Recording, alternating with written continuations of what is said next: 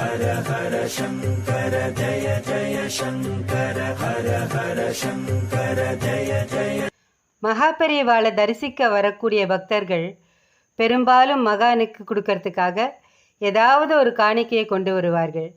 வசதி இருக்கிறவா பொன் பொருள் பணம்னு காணிக்கை தருவா. ஆனால் மகான் ஏழை பணக்காரான்னு எந்த பாகுபாடும் யார்கிட்டையும் எந்த காலத்துலையும் பார்க்க மாட்டார். அவரோட பார்வையில் எல்லாரும் சமம்தான். அதே சமயம் யார் எதை கொடுத்தாலும் அப்படியே ஏற்றுக்க மாட்டார். அது சம்பந்தமான ஒரு அழகான நிகழ்வு. ஒரு சமயம் நடுத்தர வயசில் ஒரு பெண்மணி மகாபெரிவாளை தரிசிக்க வந்திருந்தா. அவளோட கணவர் அரசாங்கத்தில் உயர் அதிகாரியாக இருந்தார். அந்த பெண்மணி தான் கொண்டு வந்திருந்த பழம் பூ எல்லாத்தையும் ஒரு மூங்கில் தட்டில் வச்சு மகான் முன்னிலையில் சமர்ப்பித்தார்.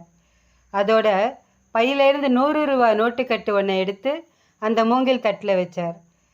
அந்த பெண்மணி இப்படி காணிக்க கொடுக்கறது வழக்கம்தான். அதனால் அந்த மூங்கில் தட்டை நகர்த்தி எடுத்து வைக்க சொல்வார் மகான்னு நினச்சிட்டு அணுக்கு தொண்டர் பக்கத்தில் வந்தார். சட்டுன்னு அதை தொடாதேன்னு கையசைச்சார் மகான்.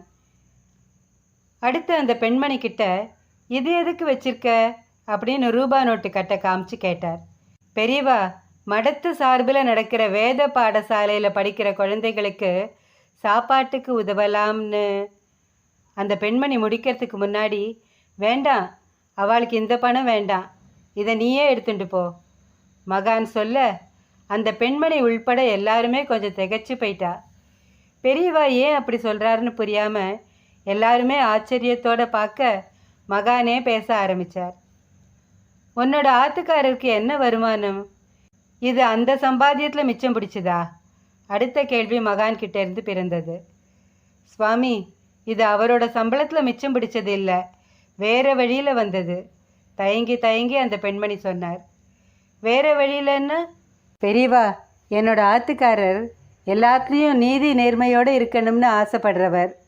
யாரோ ஒரு கான்ட்ராக்ட்காரன் இவர் என்ன வற்புறுத்தினாலும் கேட்காம இந்த தொகையை அவர் பையில் வச்சுட்டு போயிட்டான். இது நேர் வழியில் வந்தது இல்லைங்கிறதால இதை தான தர்மத்துக்கு செலவு பண்ணிடலாம்னு நினச்சோம். அதான் வேத பாடசாலைக்கு கொடுக்கலாம்னு. வார்த்தைகளை முடிக்காமல் தழுத்தழித்தார் அந்த பெண்மணி. அவர் அமைதியாக சில வினாடிகள் உத்து பார்த்தார் மகான். இது நல்ல வழியில் வந்த பணம் இல்லைன்னு தெரிஞ்சு தான் உங்ககிட்ட விவரமே கேட்டேன். ஒரு விஷயத்தை எல்லாரும் தெரிஞ்சுக்கோங்க, நேர் வழியில் வராத பணத்தை கொண்டு என்ன செஞ்சாலும் அது நல்லதை பண்ணாது. நேர் வழியில் வரதை தான தர்மம் பண்ணுறது தான் புண்ணியம். அதனால் இதை நீயே எடுத்துட்டு போ. உன்னால் முடிஞ்சா உன் ஆத்துக்காரரோட சம்பாத்தியத்தில் மிச்சம் பிடிச்சி அதை சேமிச்சு கொடு அப்படின்னு மகான் சொல்ல, சரின்னு தலையாட்டிட்டு அந்த பணத்தை எடுத்துட்டு பிரசாதம் வாங்கிட்டு புறப்பட்டுட்டார் அந்த பெண்மணி. புண்ணியம் வேணும்னா எத்தகைய பொருளை தானம் பண்ணணும்னு அன்னைக்கு பரமாச்சாரியார் நடத்தின பாடத்து மூலம் எல்லாருக்கும் தெளிவாக புரிஞ்சுது. நிறைய உழைக்கணும். அப்படி உழைச்சி சம்பாதித்த பணத்தை சிக்கனமாக செலவு பண்ணி அதில் மிச்சம் பிடிச்சி தானம் பண்ணணும். அதுதான் புண்ணியம். மகாபெரிவா அருள்வாக்கு. இதயம் கடவுளோட இருப்பிடம். ஆனால் அதை குப்பை தொட்டியாக வச்சுட்டுருக்கோம். நல்ல எண்ணத்தால் இதயத்தை மெழுகி சுத்தப்படுத்துங்கோ. தியானத்து மூலம் கடவுளை அதில் குடியமர்த்துங்கள். மற்றவர்களிடம் வம்பு பேசி பொழுத வீணாக்கக்கூடாது. அந்த சமயத்தில் கடவுளோட திருநாமத்தை ஜபிச்சு புண்ணியத்தை சேர்த்துக்கோங்க. செவுத்தில் பட்ட பந்து திரும்பி நம்மக்கிட்டேயே வரா மாதிரி நாம் செஞ்ச செயலுக்கான பலன் நம்மக்கிட்டேயே திரும்பும். தர்மம், சத்தியம் போன்ற உயர்ந்த விஷயங்களை உலகத்தில் இருக்கிற மற்றவாக்கிட்ட பரப்புறதுக்கு முயற்சி பண்ணணும். கவலைகள் எல்லாத்தையும் ஞானமாகிய தண்ணீரில் அமுக்கிடணும். அப்போ நீருக்குள் முழுகிய குடம் மாதிரி மனசு பரமலேசாயிடும். பாவம் பண்ணணும்னு யாரும் ஆசைப்படுறதில்ல.